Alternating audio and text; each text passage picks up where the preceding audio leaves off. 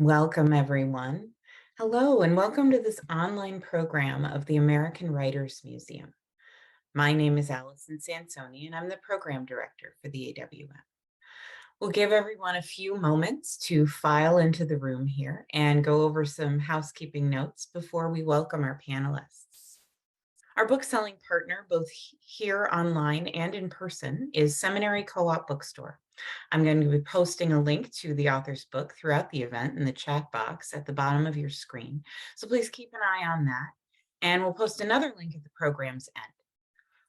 If you like the kinds of programs you see here and you want to receive advance notice of new exhibits and initiatives and discounted tickets to special events, including our new series of literary happy hours, you can join us as a member at AmericanWritersMuseum.org. In $20 and Change, political scientist Clarence Lusane, author of the acclaimed The Black History of the White House, writes from a basic premise. Racist historical narratives and pervasive social inequities are inextricably linked. Changing one can transform the other. Taking up the debate over the future of the $20 bill, Lusane uses the question of Harriet Tubman versus Andrew Jackson as a lens through which to view the current state of our nation's ongoing reckoning with the legacies of slavery and foundational white supremacy.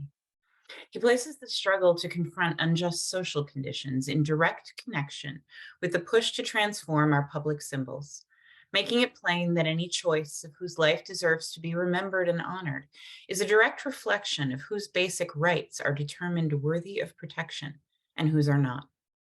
Dr. Lusane is an author, activist, scholar, and journalist. He's a professor, former chairman of Howard University's Department of Political Science, and currently the U.S. independent expert to the Council of Europe's European Commission Against Racism and Intolerance. He's been a political consultant to the Congressional Black Caucus Foundation and a former commissioner for the D.C. Commission on African American Affairs. He's interviewed tonight by journalist and educator Ariane Nettles, Director of Audio Journalism Programming at Northwestern University's Medill School of Journalism, Media, Integrated Marketing Communications. I hope you'll join me in welcoming them both to the program. Well, just to add on to what Allison so amazingly, her amazing introduction. Dr. Lusane, thank you so much for writing this amazing book and for coming here to share it with our audience. And so I just love to start off by asking you, how did you get the idea to discuss these two different people in parallel, and how did you approach this storytelling? Because as, of course, the synopsis that Allison read summarized, we are talking about Harriet Tubman as well as Andrew Jackson, two people who are either on the $20 bill or being discussed. And so just two people who lived at the same time, had the same birth date, which I didn't know, but of course lived two completely different lives at the time. So thank you, Ariane, for joining me in this conversation, and my thanks to the museum for inviting me and for the work that it's doing to promote a culture of critical writing and writing and thinking. So great question. So when it was announced by then Treasury Secretary Jack Lew that they would be making changes to images on the U.S. currency, the $5 bill, the $10 bill, and the $20 bill, that was a big deal. And then specifically when it was announced that Harriet Tubman, who has long been a hero to so many of us, would be the individual that would go in the 20, then it was clear that this was an important discussion and an important moment in U.S. history. And so I felt a need to try to give it context. Who are these two individuals? And what does Harriet Tubman have to do with today?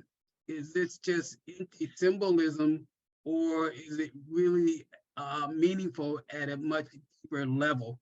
So that's what initiated my beginning inquiries. And then City Lights, who I published with before, understood this. And we were able to open up the discussions about me publishing there. I didn't really actually look for any other publisher. And they gave me basically the freeway to begin to work the book.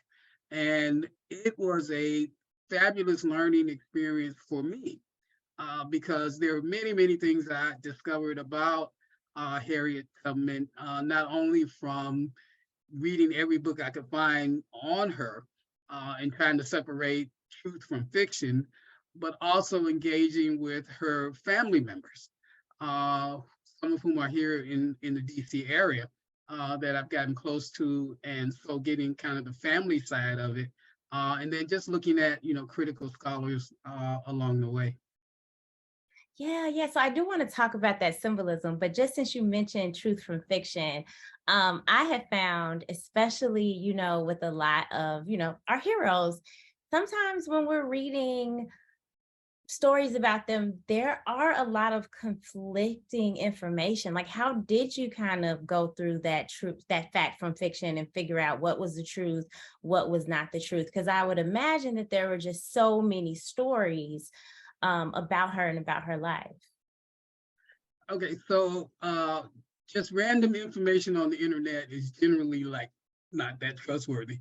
So, I compiled, the different claims that were being made. How many people did she rescue? When was she born? All of that, and then went to the scholars. People who had went into archives, looked at historic documents. They looked at marriage information. They looked at manumission papers. They looked at documents of when people were sold and bought. All of that was available, but you have to dig. And so that's what, was just really helpful. And talking again to the family members in separating some of the fiction. And if there's any individual in world history that does not need embellishment or enhancement, it is Harriet Tubman. Just every single facet of the reality of her life, from her escape all the way until she passed in 1913. It's just amazing and fascinating, and every accolade you could possibly think, again, without having to create any fiction at all. Yeah, amazing. So thinking a little bit about that symbolism, and a lot of this you touch on throughout the entire book.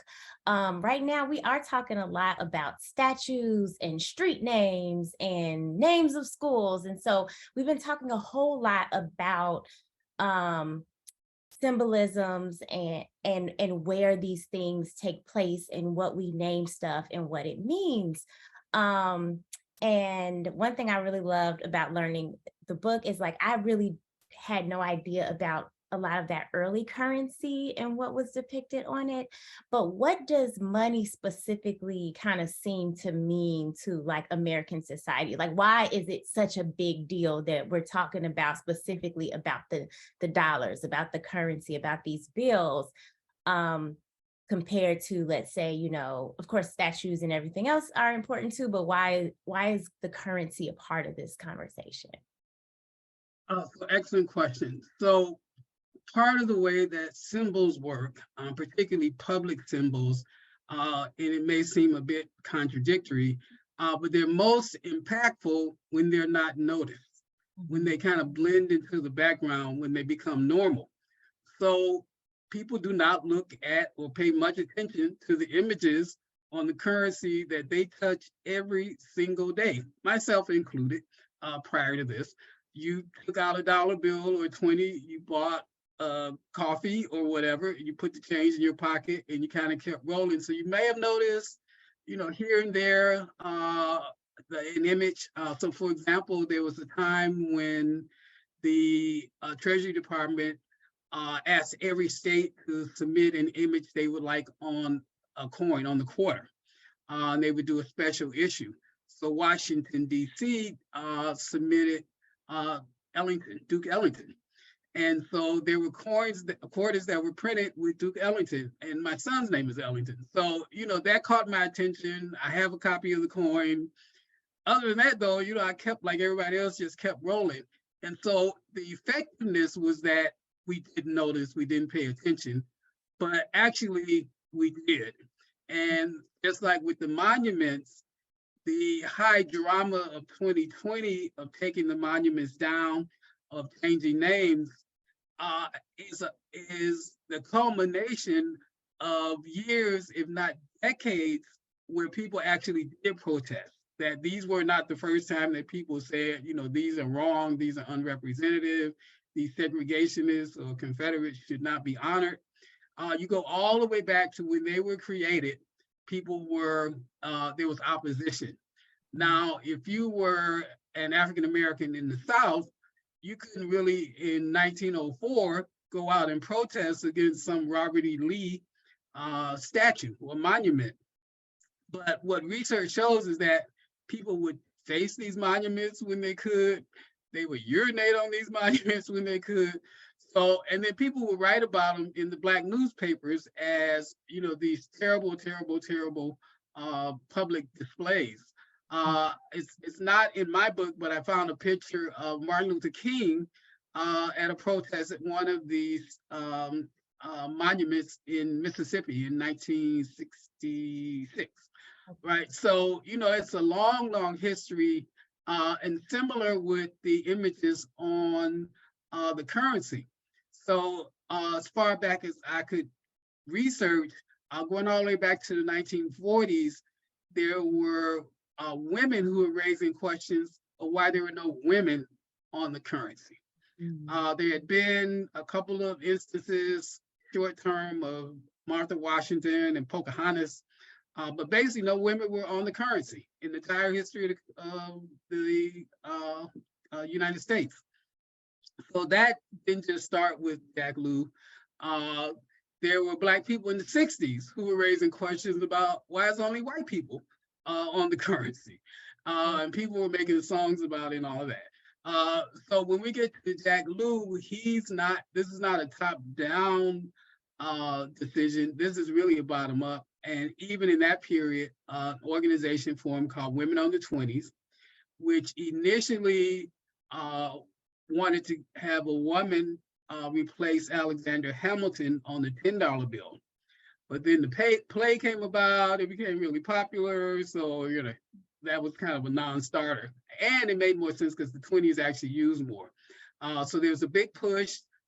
They did polls and surveys, queried over 600,000 people. And coming out of all of that, the consensus choice was Harriet Tubman. And then that coincided with what Jack Lew was doing with a smaller set of public discussions around the country where Harriet Tubman's name came up again. So she just sort of rose out of the crowd of history. But again, it wasn't from the top down, it really was from the bottom up, where people really, as you indicate, see symbolism as important. Now, symbolism doesn't feed people, doesn't raise the minimum wage, doesn't get you into universities, but they're connected because how we think about history, how we think about who's important, whose story matters, shapes public policy and shapes our politics. So, they are related. And I get it. There are fears of just empty symbolism and performative anti-racism. It happens all the time. But beyond that, it really is critical that there is representation. The last thing I would say is, and this isn't just a question for the US, everywhere in the world where there's currency, somebody made an intentional decision about whose face is going to be on that currency, whether it's going to be Nelson Mandela in South Africa, the Queen of England in Britain, Bob Marley in Jamaica. Somebody made a decision, and that in itself requires, or we should consider. Yeah. And that actually, I marked a part of the book where you were talking about like Black support and opposition, because I remember this when it was announced, and some people being really excited, and then a lot of people being like, is this empty? You know, what does this symbolism mean? And you wrote that blogger Chanel Adams wrote that African Americans were feeling all types of ways, which I think is the perfect way to kind of describe that about the decision. She noted accurately that the responses range from debates about capitalism and representation to celebrations and cynicism. While noting the complexity of the issue, she opined Black people literally have been and still are the currency that the United States was founded upon. So how do you think kind of all of these opposing feelings started to affect some of the decisions that came after this announcement? So I thought it was really important to put the opposition story as part of this.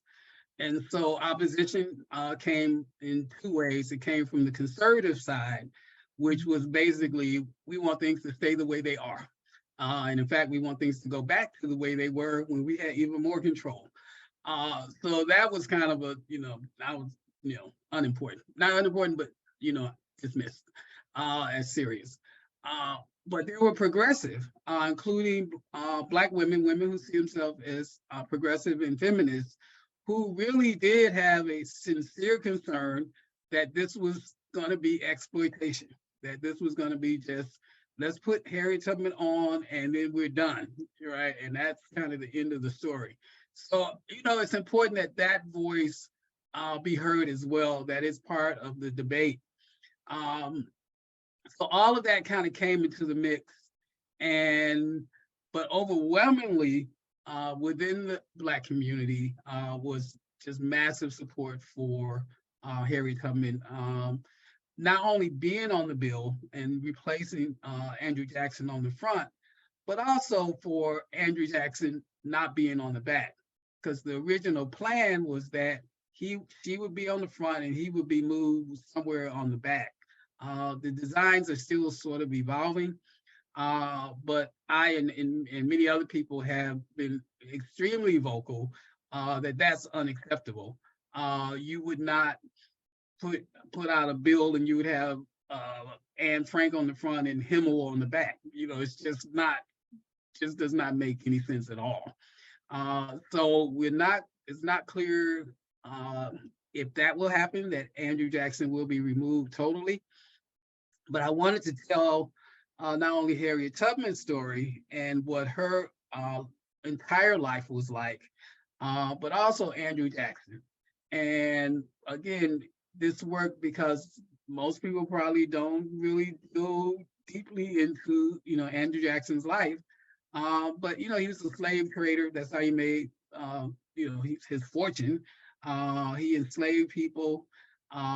He was in the military and he led military operations against indigenous people, like personally. And there were massacres that we know he involved himself in because he wrote about it. This was not a guess. He talked about what happened.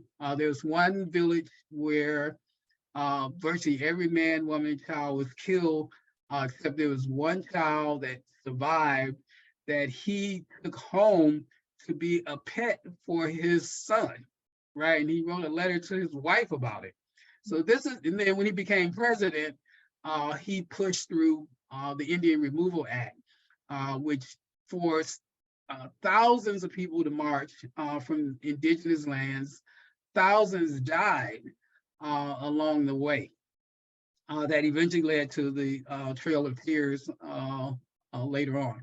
So this is somebody, kind of regardless of Harriet Tubman or anybody else, who does not deserve any kind of honor at all when you look at, the length of his life and kind of what he did.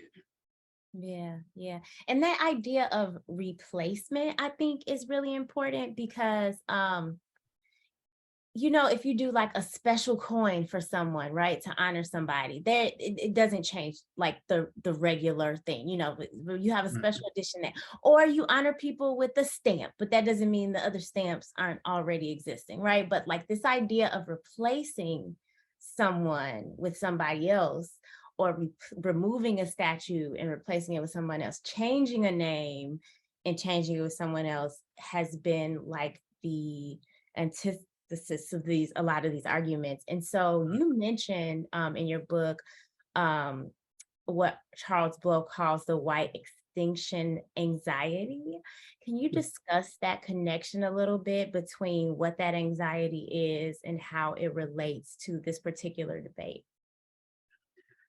So what we're seeing in this period, which basically has not existed before, because the white population so dominated the country, is this idea that the demographic changes that are occurring, where the Latino population, the Black population, the Asian population are all growing while there is a decline in white birth rates, means that at some point that white people will no longer be not only the dominant race in the country, but maybe not even the dominant forces in power. Now, the evidence is not there at all that that's really the deal. There's pretty entrenched white supremacy in most areas in US life, but that fear is being stoked for political purposes. And so from Fox News to Congress, we see these arguments being put forth. And what it means is then the gains that have been made by African Americans, Latino women, LGBT community, working people are all under assault because they all get placed under this label of wokeness and critical race theory and 1619 foolishness, and all of that becomes under assault. And we see it, it's gotten a lot of attention in Florida, but Florida is the nation. And what Ron DeSantis has done on the education side, we know that, half the states in the country, have actually put some of these laws in place, and they're trying everywhere. But on the policy side, the creation of this election police that he used, which was very fascistic. There are other governors in Texas and other places that are looking at that as models for how they can also try to address some of these kinds of issues. So it's all kind of related and interlinked. And the reason there's such a fight over these symbols, because some people do understand what they represent. Mm-hmm. And there wouldn't be such resistance if it did not challenge some of the master narratives that have been used to address and create public policy in a particular direction. Absolutely, absolutely. And what does it feel like? Because as you mentioned, like not a news day goes by without us having a new update or a new story, or just this idea of, race studies, history, kind of dominating the news cycle, actually. And to have a history book that shines light on so much of this. And, because yes, your book is about two people in a certain debate, but it goes way further than just those two people, right? Like we're using them as like a lens into these greater issues. So what does it feel like to have your book come out at such a pivotal time that I think we're going to remember for a really long time? So I think it's important that, and I was saying this the other day, that, we write books that DeSantis wants to ban, right? So we have to be, critical in the way in which we try to assess what is the particular nature of where we're at right now. I would argue, and state this in the book, that we're at a precipice, and there is a creeping authoritarianism that is burgeoning and is not gone away simply because there have been some setbacks, either legally or electorally. There is a very concerted push to roll back democratic gains and to establish power without democracy. And so that's what I think we're facing. And in the US, authoritarianism is going to be racialized, right? That will be the linchpin. And to some degree, you can make an argument that the period from 1865, or rather after Reconstruction, after the 1870s all the way up to the 1960s, was racial authoritarianism in the South. Black people lived under different rules, different legal rights, different political rights, were subject to extrajudicial executions without punishment or accountability. That's not how white people lived in the South. So the country has experienced a period where Black people nominally were citizens, had been given citizens by the 14th Amendment, but in fact did not have the rights of citizens, similar to Native Americans who did not get the right to vote till 1924.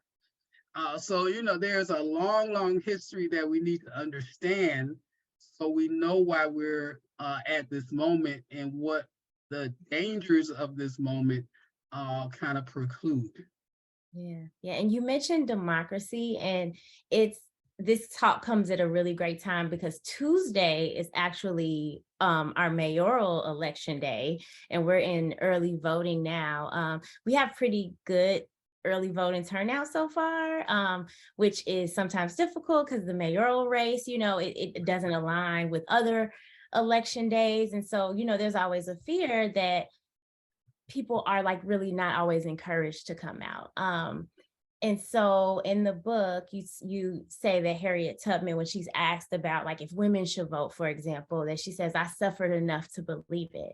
And so what message do you think we should be sharing to encourage people, but maybe especially discourage Black voters, sometimes a lot of young Black voters, to participate in this part of democracy, maybe when they think that it doesn't mean anything, that it's not going to help anything, but just to at least participate in something that people have really fought for, that, like Harriet Tubman said, suffered enough for to be able to get that right? Okay, so this is such a great question. Thank you for this. Because we hadn't got a chance to talk about Harriet Tubman sort of post Civil War. And she lived in 1913, so she had decades of life after 1865. So what did she do? Part of what she did, which was really important, was to be involved in the suffrage movement. And she was unique in many ways in that she had great friends and allies in the white-dominated part of the suffrage movement, but she was also very much linked in to Black women who had suffrage organizations and Black women's organizations. And this goes from her ties to Susan B. Anthony all the way over to the daughter of Frederick Douglass. Right. And so she saw this issue as central. So for people who love Harriet Tubman and, her heroics, you also got to lean into these other areas of her life. When she was on her deathbed in March of 1913, there was an upcoming huge march for the vote for women in Washington, D.C. that was happening later in March. And it had been controversial because the women who were originally organizing it had wanted Black women to march at the back of the march. And first they didn't want them to march at all. Then they said you can march at the back of the march. But women like Ida B. Wells and women who were coming from Howard University said, we ain't doing that. We gonna march kind of where we want. So this was the context of what was going on.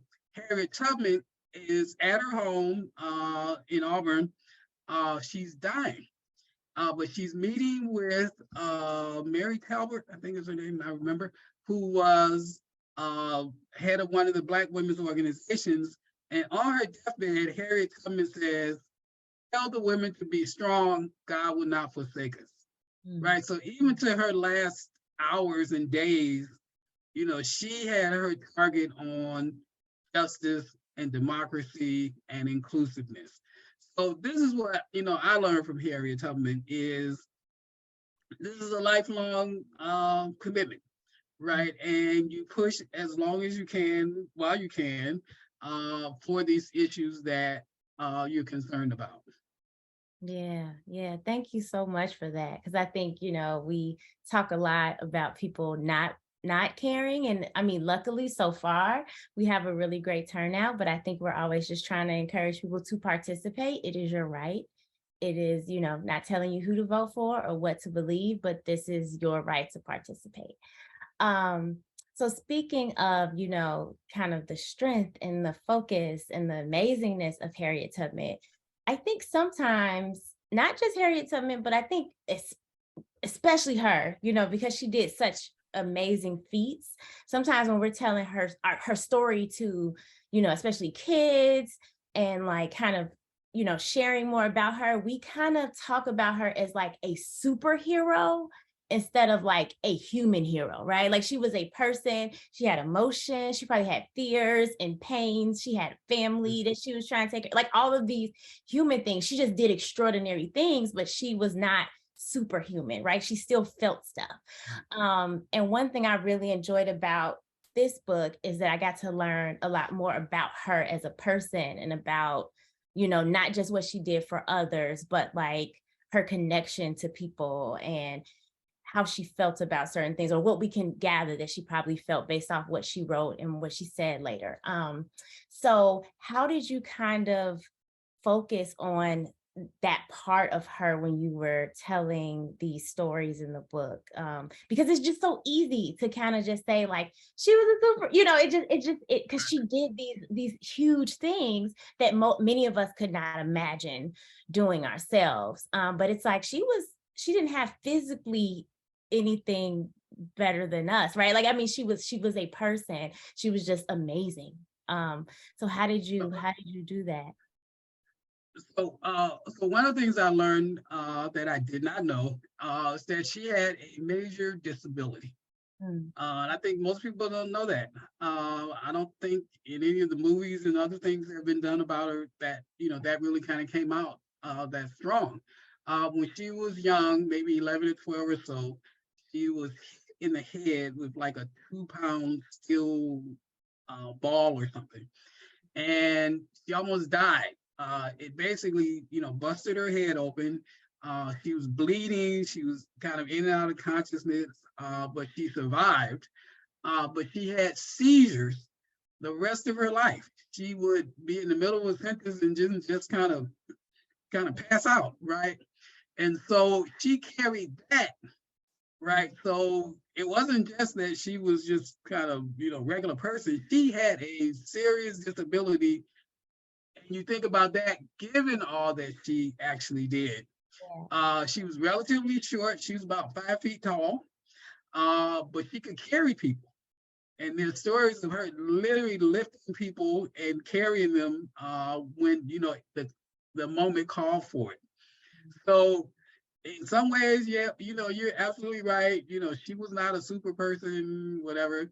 But in other ways, she kind of was, right? Yes. None of us could I could not do it. I could not do it. But just the narrative that like she had a magical power type thing, where it's like, that might maybe mitigate the hard work that she put in, right? Because superheroes do easy because they got superpowers, so they can just fly everywhere and do it. It's like, no, she put it. That was hard. Like she did hard. It was hard. And she would, most of her escape, helping people escape, place in the winter, because it was harder to track, and it took place at night. So you got Harriet Tubman walking through valleys and rivers and over mountains and grass and all of this in the worst possible weather and time. That she knew that was the best time for the most best conditions for success. And she did it again and again and again and again. Yeah, yeah. Oh, I couldn't imagine. And so, as we think more about, I think, history, I think the average person is starting to be more, in a good way, excited about saying, I want to take it upon myself to be educated about history. I'm not going to just wait for somebody to determine, right, what I get to learn, what I get to teach my children. So, as we become more active participants as just regular folks, in addition to reading books like yours, what can, average folks do to kind of like do their own historical research? And you mentioned a little bit of it at the start, like making sure that you are checking all facts you find on the internet, of course, but what are some resources, or what are some tips you might have for just the average person that says, I want to just learn more? So, good question. So there's good journalism and there's good scholarship. And so, that's sort of the beginning. Again, there's a billion websites with all kind of crazy stuff, but there's a lot that's really credible as well. And part of the credibility is tested by, how broad is and credible is the research that's being spoken about. And part of it is also in looking at the issues that we face today to recognize that there's a history to these conditions. So one of the chapters in the book is called From 1619 to COVID-19. And so as you know, a few years ago when COVID first broke out, the way in which African Americans and Latinos were initially treated and their situations dismissed brought back all these issues of the discrimination that happens within the medical community and in the U.S. healthcare system. But there's a history to that. Going back to when Africans first came in 1619, there was never a priority on people's health. Harriet Tubman, there was no priority on her health. It was, can she get well enough to go back and work in the field? Other than that, the people who owned her did not care at all. In 1918, there was another pandemic, right? That occurs in the middle of segregation in the US. So how Black people fared during the 1918, 1919 pandemic was very much shaped by segregated hospitals, all the rest of that that existed. So none of that completely disappears. So by the time we get to 2020, a lot of these elements still remain. And so again, having that historic perspective, provides a way to kind of understand and to fight against and resist the situations that arise. Got it. Thank you. And I have just one last question for you, Dr. Lusane, before we pass it over to our audience for their amazing questions that I know that they have cooking up. But what do you want people to take away from this book? When they put it down and they walk away, what do you want them to take with them? So the book ends with another hero of mine, Fannie Lou Hamer. And Fannie Lou Hamer talks about how at a certain point, she realized every time she walked out the door, she may not be coming back, that she could die because of what she was trying to do. But she says, look, I'm only 5'4". If I fall, I'm going to fall 5'4" forward. I'm not backing up. And so that's, I think, to me, is the message I want to get. We just can't back up, right? There's going to be push against the efforts to make this a more democratic society, to be more inclusive. That pushback is not going away. We have to have the attitude, we're not backing up. Harriet Tubman. Thank you. What a way to end. Thank you so much for leaving us with that. And I will pass it back over to Allison, who will call on folks for our Q&A. Thank you, Dr. Lusane. Thank you both for that wonderful conversation. So folks, as you're watching, if you have a question, please type it into the Q&A box at the bottom of the screen there. I'm sure we've got time for a few. So I want to start with this question from Andy Weaver, who is asking about the resistance to Harriet Tubman on the $20 bill and the particular circumstances of who she was and who she was replacing. So he asks, do you think there would be the same level of opposition to changing the image on the $20 bill if it were another president, such as one of the Roosevelts or Eisenhower, or an African-American man, such as Frederick Douglass or Dr. King? So good question. So I do think that if it was basically another president, put on Grover Cleveland or Hoover or somebody, it would only get opposition from sort of the folks who kind of like Jackson and would not kind of want him replaced. But that's not the deal. And the replacement of Jackson with Tubman or another woman or an African-American person raises very different issues about the history of representation and who should be honored and who should not be honored. One of the things that came out of this process for me was getting a sense of who actually makes these decisions. These images did not fall onto these bills. Somebody made a decision that these are going to be the people we put on, and these are going to be, well, they didn't say these are not the people we got. Everybody else is basically excluded. It turns out this was basically a committee within government that's buried deep in the bowels of the Treasury Department and such, that made these decisions back in the early 1900s when there were like changes on the bill. That's how Jackson ended up on the $20 bill. He was on the $10 bill actually, and then was moved to the $20 bill. Nobody knew, this was not a democratic process. This was not one that was open. Now, in some countries, actually, when colonialism ended, there were polls, there were popular referendums on who should be on the currency in certain countries. In other countries, it was just a decision made by the president or the king or whoever. So part of what I was trying to do with this was demystify how this process actually happens. And for something as important as who is going to be on the currency, we should have some sense of how that decision is actually made. Now, you like to think that it's a blue ribbon commission that, is made up of, but no, it's just a bunch of guys in a closet figuring this all out. Right. Yeah. Well, and it's like you were saying, the idea that this is about who we honor without even, who is beyond even question. So the idea that, this is somebody who should be so above reproach that, you'd be able to hand over the currency without really thinking about it. Yeah. We had a couple more questions that are starting to come in. Andy says, thank you for answering that. So thank you. And I just mentioned quickly, there are going to be changes on the $5 bill and $10 bill.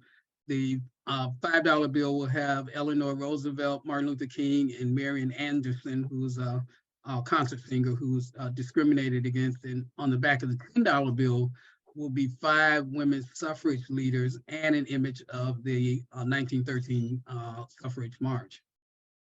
And just to add to that, Polly Murray will be featured on a quarter right. fairly soon, I understand. Her niece wrote to us and let us know because our Dark Testament exhibit is named after her aunt's poem, but mentioned that Polly Murray is going to be featured on the quarter as well. So that's great. All right, we have a question here from Carrie, who says, perspectives across generations likely have a different sense of urgency in history. How can young and old activists, writers, and journalists better come together to harness mutual knowledge, strategies, technology, so that we have the broader strength of numbers, energy, and resources we will need for this sustained fight?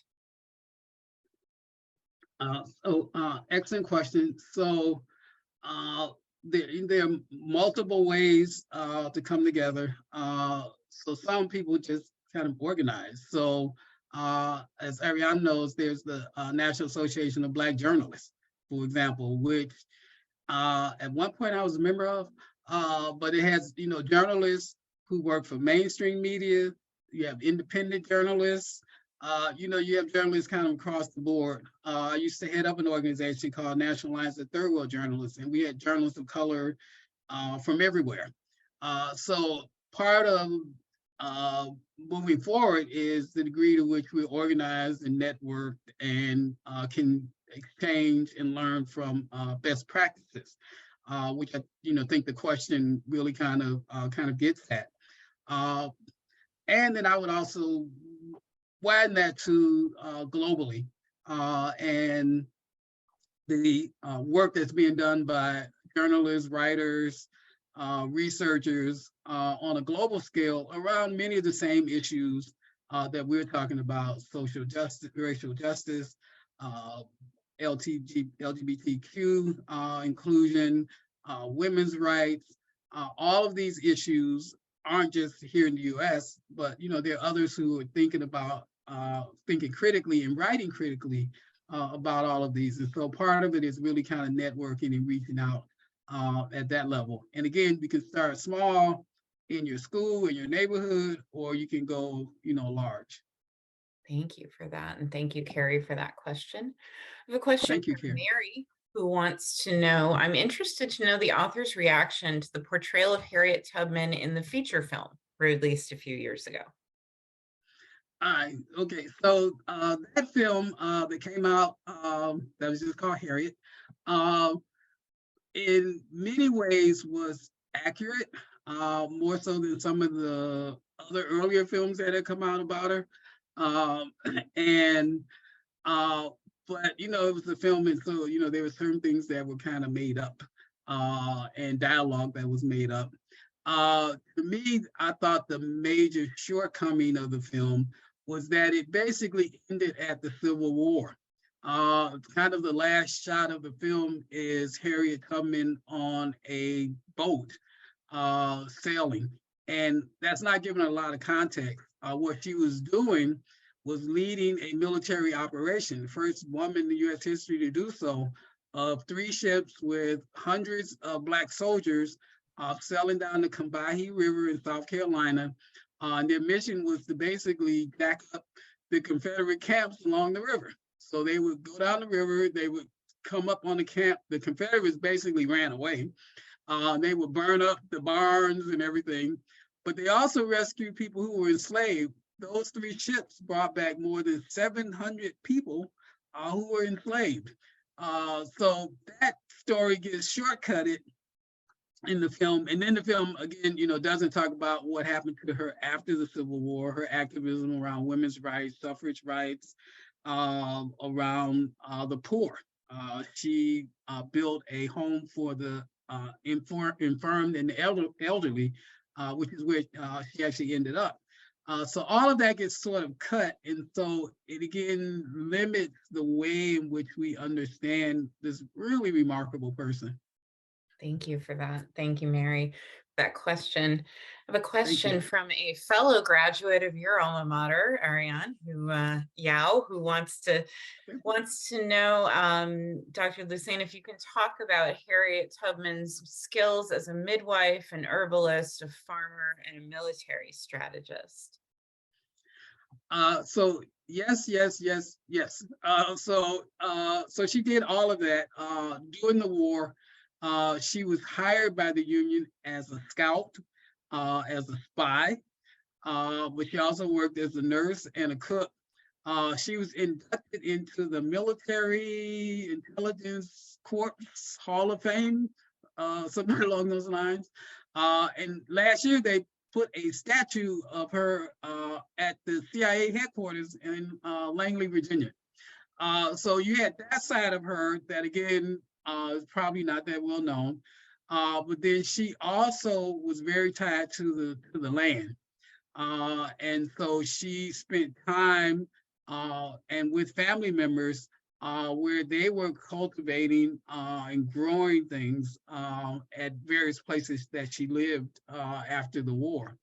So there's not as much on that as probably should be, and those who are better schooled in the history of farming and such probably should do that kind of research. But that was a part of her life as well, and I'm glad that that question was raised, because that's what else she did. After the Civil War, as she survived and continued her life on. Well, thank you for that. And thank you for all of the questions, everyone. Thank you both for this wonderful conversation. And please check the chat window where we've posted the link to purchase $20 and change from Seminary Co-op. Thank you, everyone, for being here this evening. And thank you, Dr. Lusane, and thank you, Ariane. So thank you, everyone. Thank you for the great questions. And Ariane, thank you for just wonderful engagement. Thank you. Have a wonderful evening, everyone.